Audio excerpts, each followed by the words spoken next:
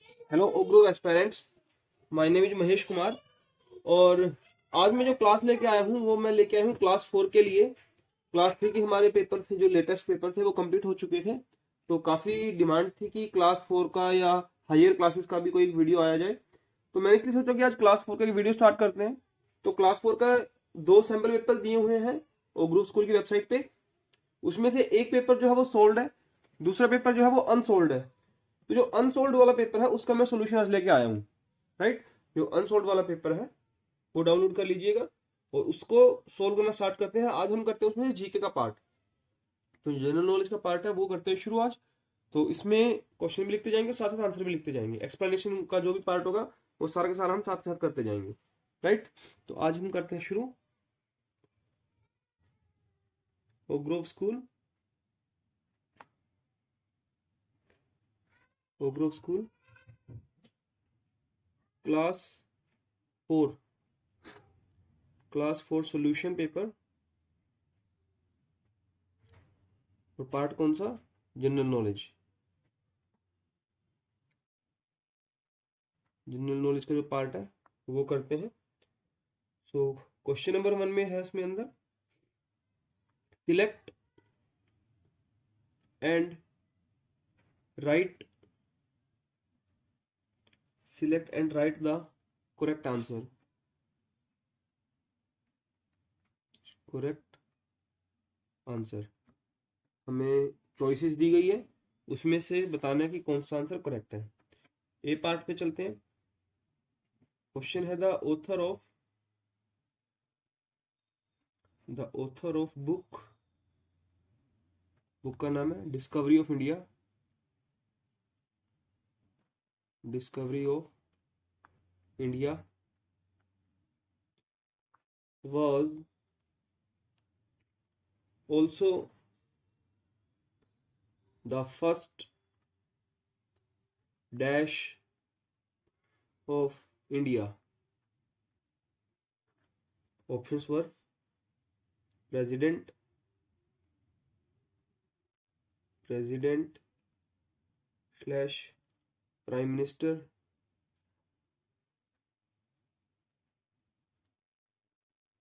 prime minister slash governor general,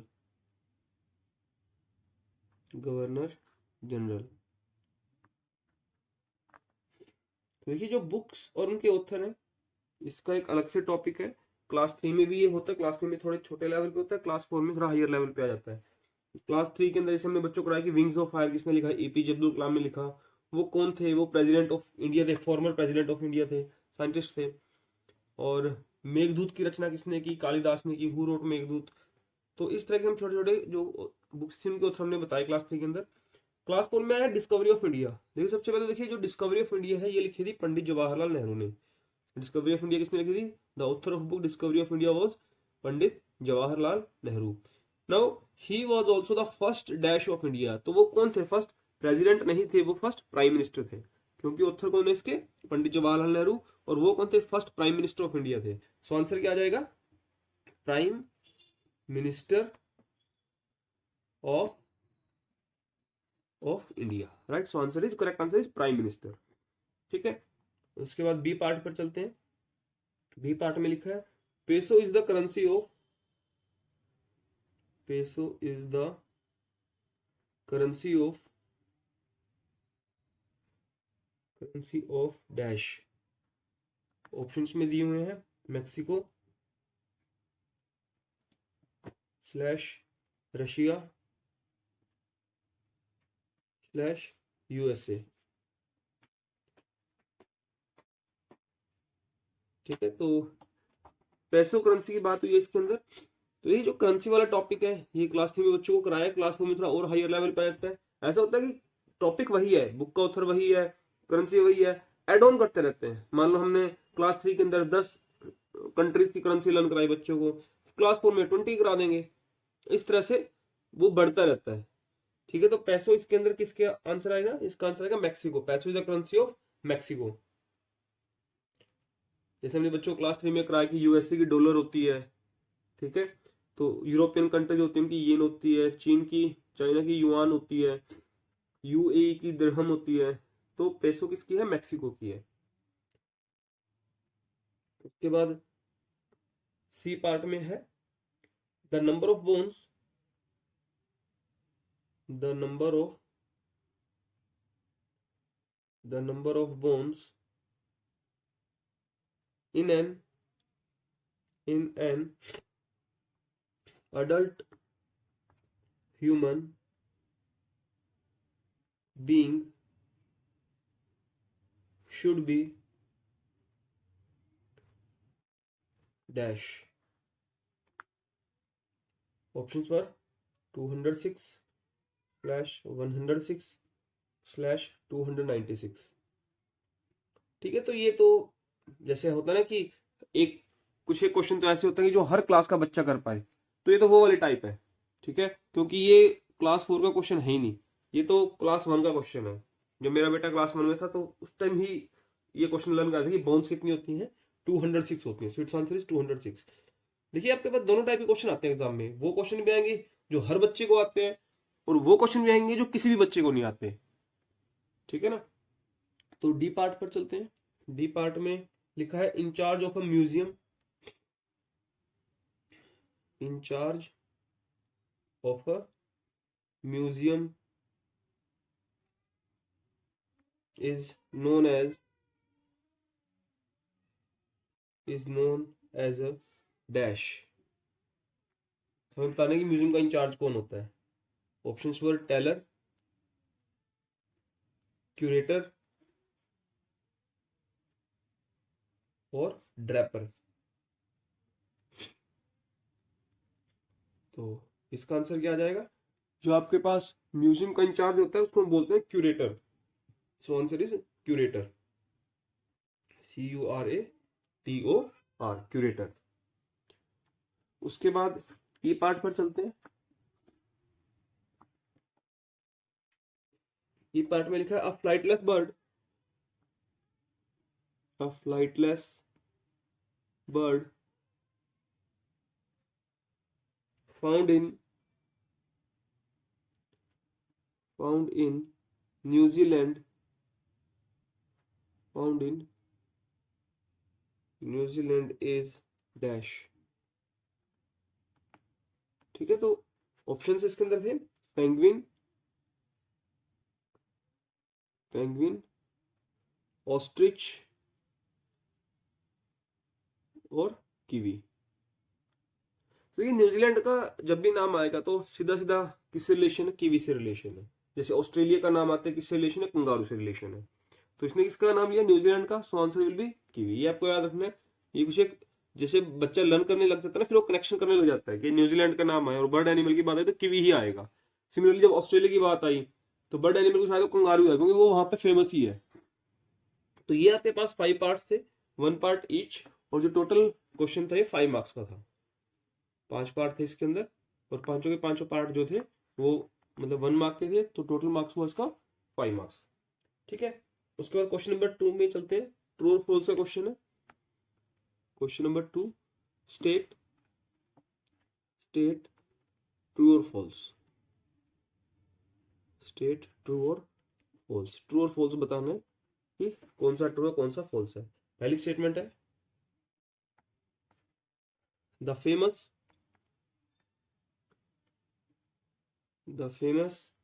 Jagannath temple, famous Jagannath temple is located in Tirupati, located in Tirupati.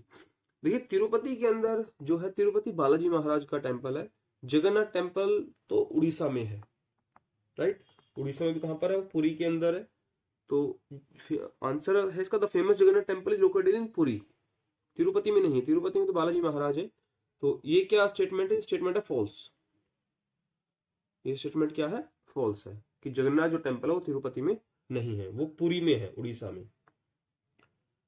B part पर चलते हैं। Indian national army, Indian national army INA It was led by it was led by Sardar Vallabh भाई पटेल। सरदार वल्लभ भाई पटेल कि INA को किसने lead किया? सरदार वल्लभ भाई पटेल ने लीड किया। ये आईएनए को लीड सुभाष चंद्र बोस जी ने किया था, ठीक है, वल्लभ भाई पटेल ने उनको लीड नहीं किया था। तो ये भी स्टेटमेंट क्या है? फॉल्स है। सी पार्ट पर चलते हैं। सी पार्ट में लिखा है बेसबॉल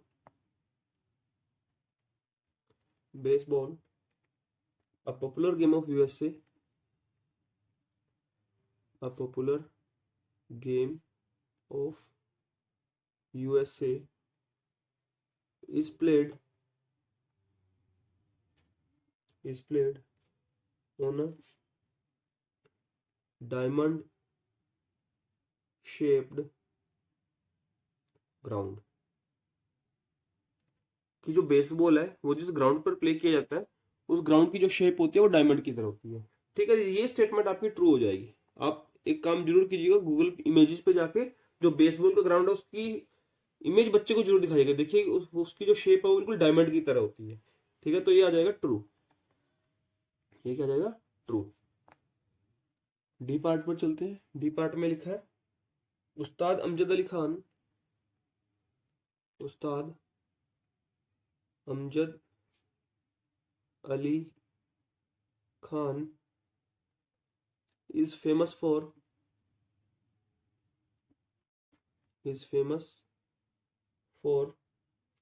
playing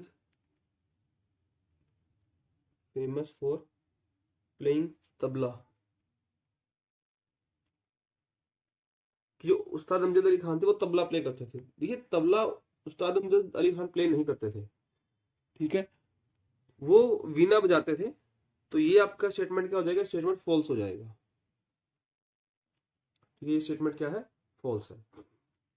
उसके बाद ई पार्ट पर चलते हैं। ई पार्ट में लिखा है आपका Indira Gandhi was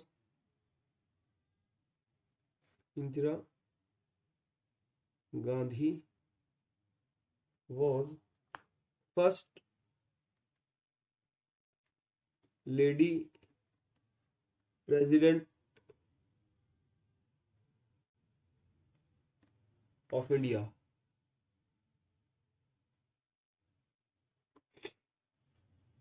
Indira Gandhi was the first lady president of India. देखिए first lady president of India was Pratibha Patil. Indira Gandhi was first lady prime minister of India, ठीक है। तो ये स्टेटमेंट भी क्या आ जाएगा? फॉल्स आ जाएगा। जो फर्स्ट लेडी प्रेसिडेंट थी वो प्रतिभा पाटिल थी और फर्स्ट लेडी प्राइम मिनिस्टर कौन थी? वो इंदिरा गांधी थी।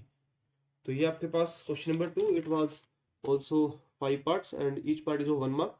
सो टोटल ये क्वेश्चन आपके पास था 5 मार्क्स का। क्वेश्चन नंबर 3 पर चलते हैं।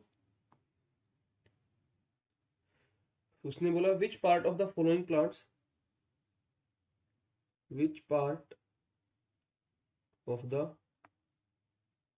फॉलोइंग प्लांट्स पार्ट्स का मतलब लीफ या फिर स्टेम या फिर रूट या फिर सीड या फिर फ्लावर या फिर bark do we consume. Consume का मतलब या तो खाते हैं या पीते हैं। तो फर्स्ट पार्ट है इसके अंदर कॉलीफ्लावर, ये पार्ट है कॉलीफ्लावर। क्योंकि जैसे नाम से ही पता चल रहा है कॉलीफ्लावर क्या है? It is a flower. ये एक फ्लावर है जो कि हम कंज्यूम करते हैं। कॉलीफ्लावर इज ए फ्लावर, ठीक है। उसके बाद बी पार्ट पर आपके पास है कैबेज। कैबेज क्या है? कैबेज लीफ है। कैबेज के हम पत्ते खाते हैं। Cabbage is a leaf. उसके बाद पोटैटो। पोटैटो आपके पास क्या है? पोटैटो आपके पास रहता है स्टेम। पोटैटो क्या आता है? स्टेम। कई बार पोटैटो में कंफ्यूजन होती है बच्चों को कि वो रूट है या स्टेम है, so potato is a stem. B part में आपके पास है पीज। तो पीज क्या है? पीज आपके पास you can write it as fruit, fruit category में। मटर का फल है वो, बीज पीज की फॉर्म में आता है। उसके बाद ई पार्ट में है sugarcane. Sugarcane, sugarcane है आपका स्टेम, वो स्टेम की फॉर्म में। ठीक है, तो ये आपके पास पार्ट थे, 5 पार्ट थे इसके अंदर, 1 पार्ट ईच ऑफ। तो टोटल आपके पास ये भी 5 मार्क्स का क्वेश्चन था। क्वेश्चन नंबर 4 में चलते हैं। क्वेश्चन नंबर 4 में उसने लिखा नेम द स्टेट। स्टेट का नाम बताना, कुछ एक प्लेसेस के नाम दिए हुए और वो बताना कि वो कौन से स्टेट में लाई करते हैं। Name the states, name the states to which each sets of places below belong to। कि कुछ एक प्लेसेस दिए हुए हैं, वो बताने वो कौन से प्लेस में लाई करते हैं। पहला है जैसे कि Ajanta and Ellora cave, Ajanta and Ellora caves, comma. दूसरा प्लेस दिया है महाबलेश्वर, महाबलेश्वर। तो ये बताना कि कौन सी स्टेट में लाई करते हैं। देखिए अजंता एंड एलोरा केव आपका औरंगाबाद में है, और औरंगाबाद और महाबलेश्वर दोनों के दोनों ये महाराष्ट्र स्टेट में है। So it's answer will be Maharashtra. It's answer is Maharashtra. उसके बाद बी पार्ट में चलेंगे। तो बी पार्ट के अंदर प्लेसेस के नाम दिए हुए हैं कोझिकोड,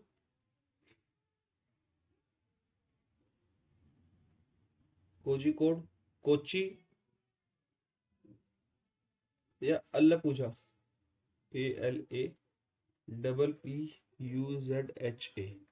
ये दो नाम या 3 नाम उन्होंने इसलिए दिए होते हैं कि किसी एक नाम से बच्चा फेमिलियर होता है। जैसे इसके अंदर मुझे ए पार्ट में लगता है कि बच्चा अजंता एलोरा केव से फेमिलियर होगा, महाबलेश्वर से हो सकता है नहीं हो। 3 है इसके अंदर कोची से सफिशिएंट फेमिलियर हो सकता है कि कोची का नाम बच्चे ने सुना हुआ हो। तो कोची आपके पास कौन सी स्टेट में आ जाता है? केरला स्टेट में आ जाता है। It's answer is Kerala. जो कोचीन है वो कहाँ पर है? केरला के अंदर है। उसके बाद सी पार्ट में चलते हैं। सी पार्ट में उसने बोला यमुनोत्री। ये जितने भी पार्ट है ये आप बच्चे को मैप लेके, बकायदा इंडिया का मैप लेके वहां पर दिखाना बच्चे को। मैप से बच्चा जल्दी करता है, इसको क्रैम मत करवाना। मैप में दिखाना है कि देखो ये प्लेस यहाँ पर है और ये स्टेट ये है, तो बच्चा जल्दी कैच करेगा। पिंडारी ग्लेशियर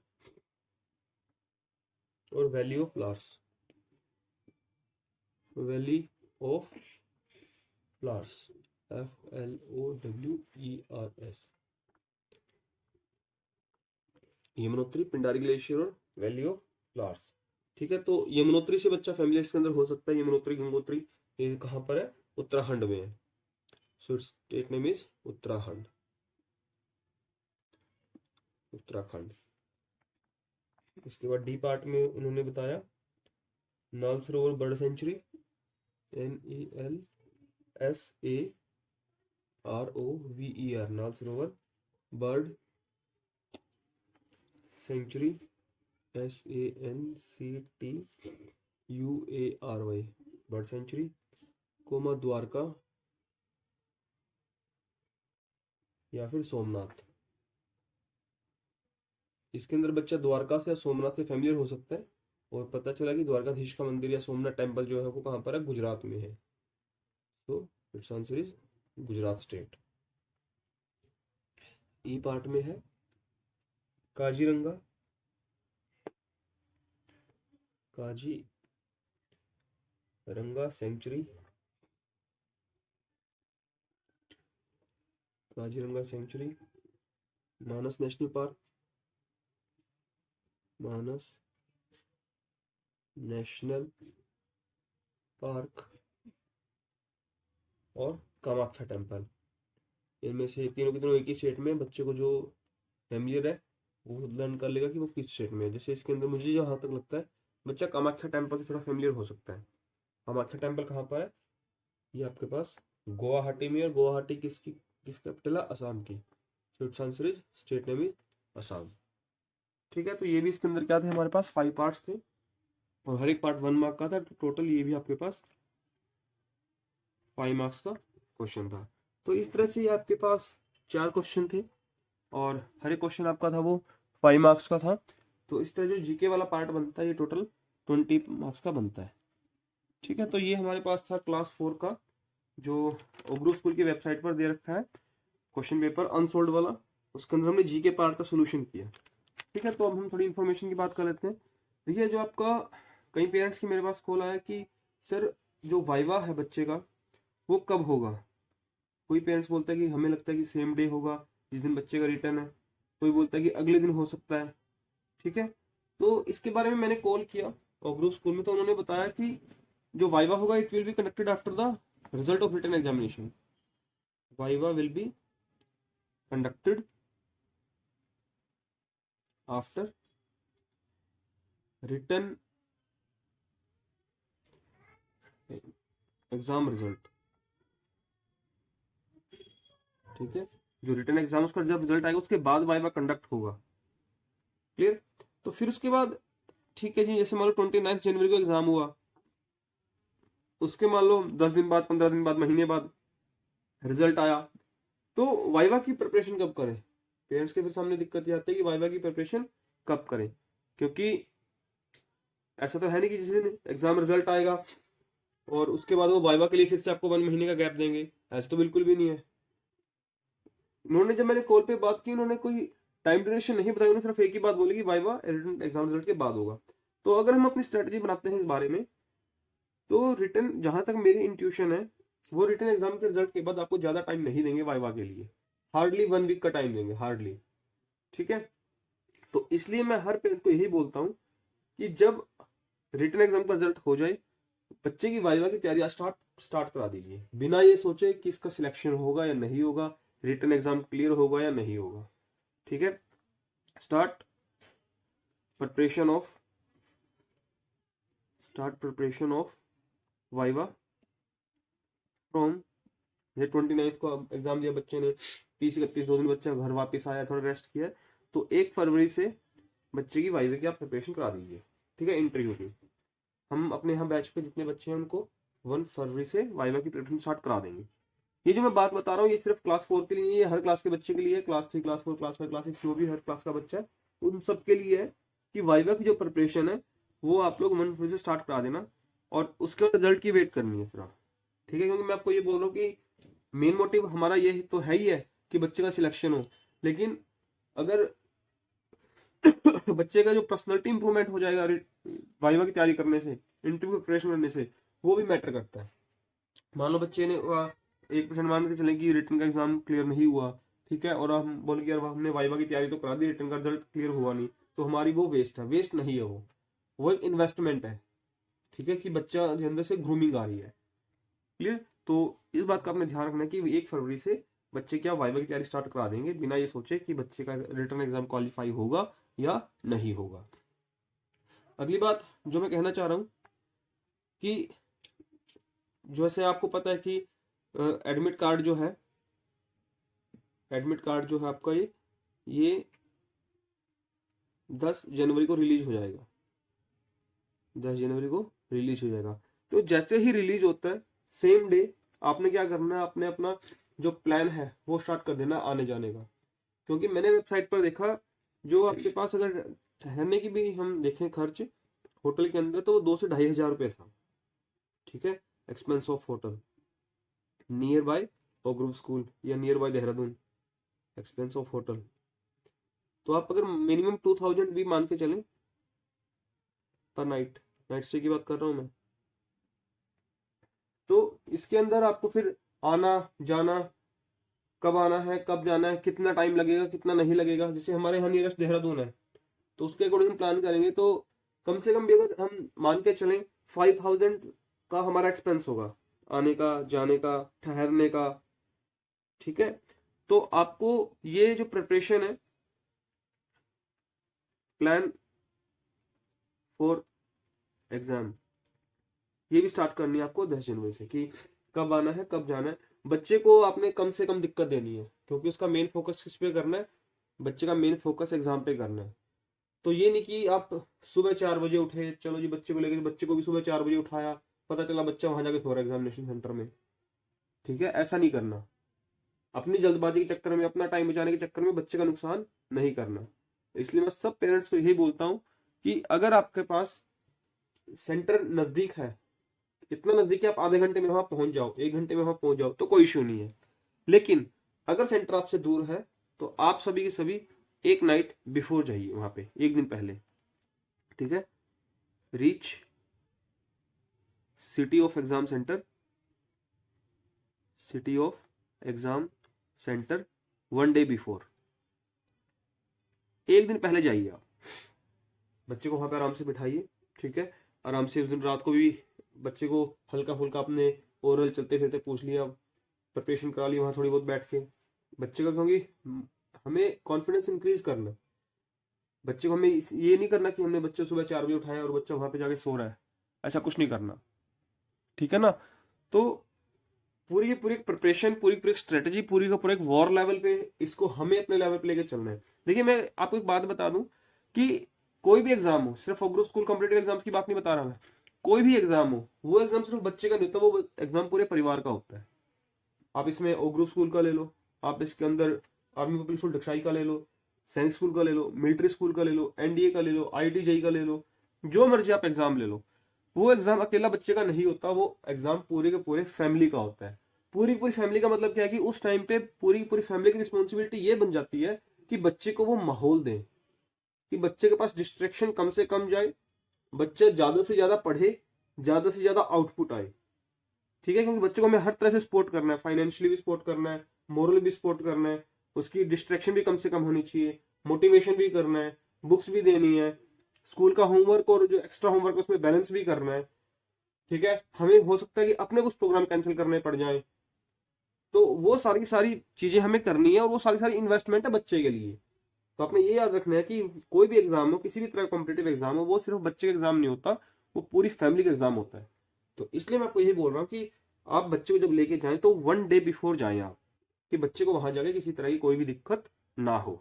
ठीक है, पैसे की कोई दिक्कत नहीं है, आप बाद में भी कमा सकते हो, बट बच्चे को अगर दिक्कत हो गई तो उसका फायदा कुछ नहीं है। कि बच्चा वहां पे एग्जामिनेशन सेंटर में गया, सुबह 4 बजे उठा हुआ था, जो एग्जाम टाइम था वो था 10:30 से 12:30, 2 घंटे एग्जाम होता जैसे कि, और बच्चा तो 11 बजे सो गया एग्जामिनेशन सेंटर में जाके। तो वहां पर ऐसा कोई नहीं है कि बच्चों उठो पेपर करो, नहीं, उनको ऐसा कुछ नहीं पड़ा। उनके पास 600 बच्चा आया हुआ क्लास 3 का सिर्फ, और क्लास 4 का क्लास 5 का तो मैंने काउंट ही नहीं किया। ठीक है, तो इसलिए अपनी ये पूरी स्ट्रेटेजी बना के, एकेडमिकली स्ट्रेटेजी अलग है, आने जाने की स्ट्रेटेजी अलग है। ठीक है, हमें हर मोर्चे पे हर स्ट्रेटेजी अपनी कामयाब बनानी है। ठीक है, तो आप भी प्रिपेयर रहिए, बच्चे को प्रिपरेशन कीजिए, बच्चे को मोरल अप कीजिए, कॉन्फिडेंस अप कीजिए। ठीक है, तो उसकी सिलेक्शन जरूर हो जाएगी। राइट, तो आज की वीडियो में हम इतना ही करते हैं, कल आते हैं फिर एक नई वीडियो के साथ। इतना प्रिपरेशन कराते रहिए बच्चों को। All the best for exam, bye bye.